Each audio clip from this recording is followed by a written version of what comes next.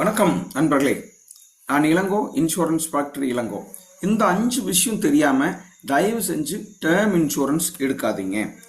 என்ன இந்த 5 விஷயம் அப்படிங்கிறது தான் இந்த வீடியோ.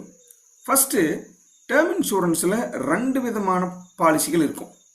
மெச்சூரிட்டியோடு இருக்கிறது இருக்கு. மெச்சூரிட்டி அப்படின்னா நீங்க கட்டின பணம் திரும்பி வர்றது. இன்னொன்று, கட்டின பணம் பிரீமியம் திரும்பி வராது. இதுக்கு பேர் பியூர் டேர்ம் இன்சூரன்ஸ்.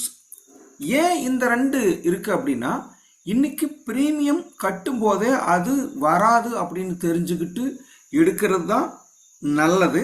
அல்லது இல்லை நான் மணி மைண்டட் அப்படின்னா நீங்க பிரீமியம் திரும்பி வர்ற மாதிரி பிளான்கள் எடுத்துக்கிறது நல்லது. அடுத்தது, டேர்ம் இன்சூரன்ஸ் எடுக்கும்போது எலிஜிபிலிட்டி ரொம்ப முக்கியம். குறிப்பாக இன்கம் எலிஜிபிலிட்டி பொறுத்த வரைக்கும் இன்கம் டேக்ஸ் ஃபைல் பண்ணியிருக்கிறது அவசியம்.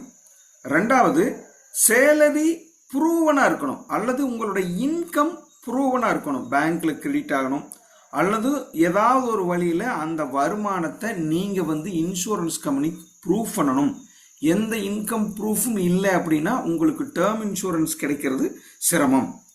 மூணாவது விஷயம், ஹெல்த் கண்டிஷனை பொறுத்த வரைக்கும் மாத்திரை மருந்துகள் எதுவும் சாப்பிடாம இருக்கிறதா டேர்ம் இன்சூரன்ஸ் ஈஸியாக கிடைக்கிறதுக்கான வழி. இல்லை ஏதாவது மாத்திரை மருந்துகள் சாப்பிட்றேன், அல்லது ஏதாவது ஒரு ட்ரீட்மெண்ட் போயிட்டு இருக்கு, அல்லது நான் முன்னால் ட்ரீட்மெண்ட் பண்ணிட்டு இருந்தேன் அப்படின்னா அதை ப்ரொப்போசலில் சொல்லிடணும். ப்ரீமியம் அதிகமாகறக்கோ அல்லது உங்களுடைய பாலிசி கேன்சல் அதாவது ரிஜெக்ட் ஆகிறக்கோ வாய்ப்பு இருக்கு. நாலாவது விஷயம், எப்பவுமே டேர்ம் இன்சூரன்ஸில் மந்த்லி ப்ரீமியம் அட்ராக்ஷனாக தெரியும், ஆனால் அது அட்வைசபிள் இல்லை.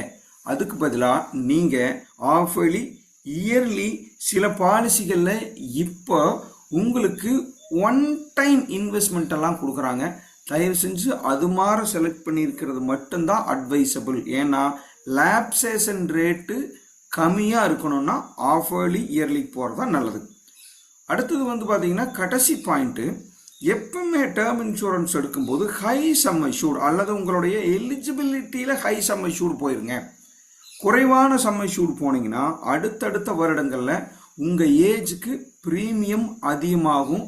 அப்புறமா எடுத்துக்கலாம் அப்படின்னீங்கன்னா ப்ரீமியம் அதிகமாக கட்ட வேண்டியது இருக்கும்.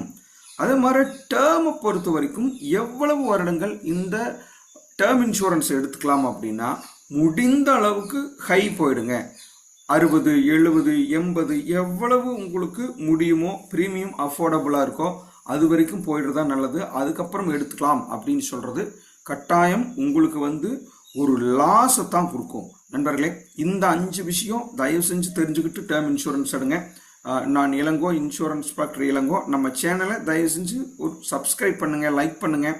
இந்த விஷயம் யூஸ்ஃபுல்லாக இருக்குன்னு தெரிஞ்சால் மற்றவங்களுக்கும் இதையே ட்ரான்ஸ்ஃபர் பண்ணுங்கள் நண்பர்களே. தேங்க்யூ.